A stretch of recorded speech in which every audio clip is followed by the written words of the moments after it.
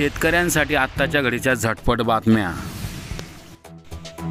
अपघात विम्यापोटी 48 कोटी मंजूर, कृषी विभागाकडून 24,053 दावे निकाली। उत्पादन जनतेचे नव्हे, अदानी अंबानीचे वाढले, काँग्रेसचे नेते डॉक्टर शिशिर थरूर यांचा हल्लाबोल। केंद्र सरकारचा ग्राहकांचा कळवा, शेतीमालाच्या भावावर नियंत्रणासाठी आटापिटा, स्वस्त तांदूळ विक्रीला प्रारंभ।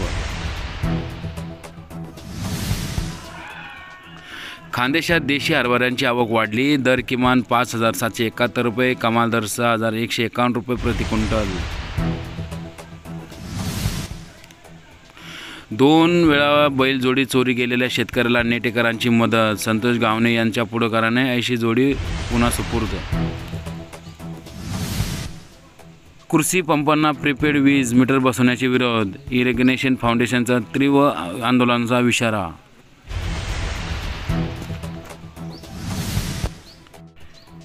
महसूल कर्मचारी संघटनेच्या अध्यक्षपदी दीपक चव्हाण।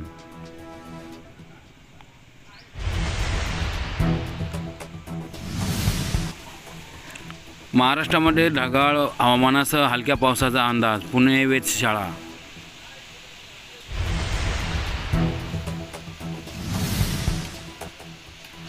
नायगाव KVKत आजपासून कृषी महोत्सवाला सुरुवात, 4 दिवसीय प्रदर्शनाला पाहायला मिळणार।